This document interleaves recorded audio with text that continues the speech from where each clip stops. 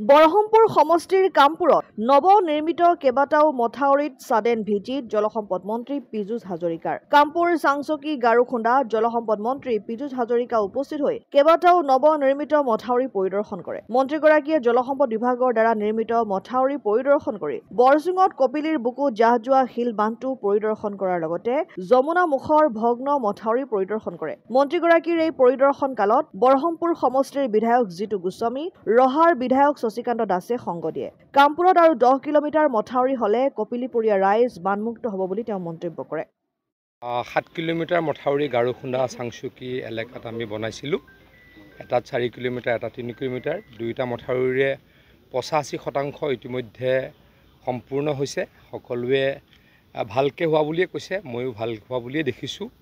আৰু অলপ কমপ্লিট হ'বলৈ বাকী আছে 15%, সেইখিনিও জলদি শেষ কৰি দিয়া যাব। এই অঞ্চলৰ আচলতে মই আগতে বিধায়ক আছিলোঁ, গতিকে এই অঞ্চলৰ ৰাইজৰ প্ৰতি মোৰ সন্মান, শ্ৰদ্ধা, মৰম সদায় থাকিব। আৰু যদি কেতিয়াবা কিবা কৰিব পাৰোঁ নিশ্চয়কৈ কৰিম। আৰু বৰ্তমানৰ বৰহমপুৰ সমষ্টিত আৰু হয়তো 10 কিলোমিটাৰ মথাউৰি কৰিব লাগিব। জিতু গোস্বামী ডাঙৰীয়াই এইকেইদিন মোক সদায় কৈ আছে যে অপজিট ছাইডে, আমি য'ত আছোঁ তাৰ অপজিট ছাইডে 10 কিলোমিটাৰমান মথাউৰি কৰিব লগা আছে। চেষ্টা কৰিম এই বছৰে কৰি দিয়াৰ কাৰণে। তেতিয়া হয়তো আমাৰ এই বৰহমপুৰ সমষ্টিটো বানপানী মুক্ত হৈ যাব। আমাৰ যি আশা, আমাৰ যি আকাংক্ষা যে অসমক বানপানী মুক্ত কৰিব লাগে, 70% আমি এচিভ কৰিছোঁ আৰু অলপ কৰিব লগা আছে। আকৌ কৈছোঁ এই বৰহমপুৰ সমষ্টিটোতে আৰু যদি 8 কিলোমিটাৰ 9 কিলোমিটাৰ মথাউৰি কৰি দিওঁ, এইটো কমপ্লিটলি ফ্লাড ফ্ৰী হৈ যাব। কেতিয়াবা ব্ৰিজ হ'ব এটা বেলেগ কথা, কিন্তু আমি এটা নতুন টেকন'লজিৰে কৰিছোঁ, সেইটো ব্ৰিজ হ'বলৈও নোৱাৰিব।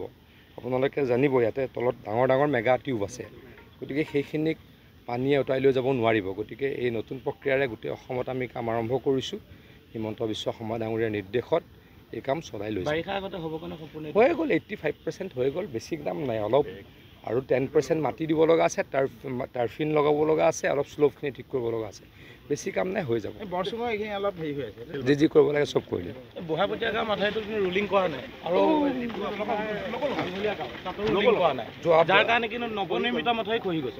যোৱাবাৰ মই নাজানো, যদি হৈছে নাই।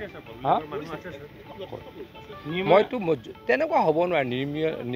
নিম্নমানৰ কামটোতো আমাৰ সময়ত হ'ব নোৱাৰে। আপোনালোকে দেখিছে আমি কাকো ৰেহাই দিয়া নাই। আপোনালোকে যিহেতু ক'লে মই এতিয়া চেক কৰিম। এখেতলোকৰ লগত ইয়াতে যে আহিছোঁ, তেখেতলোকে ফটো সহ লৈ আহিছে। ক'ৰবাত হ'ব পাৰে কেতিয়াবা, কেতিয়াবা মাটিৰে হয়তো হ'ব পাৰে, কিন্তু মই এইটো কেতিয়াও কওঁ যে কোনোবাই নিম্নমানৰ কাম কৰি পলাব পাৰিব, সেইটো কেতিয়াও হ'ব নোৱাৰে। কচুৱাৰ পৰা গুলজাৰ হুছেইনৰ ৰিপৰ্ট, অসম আদিত্য।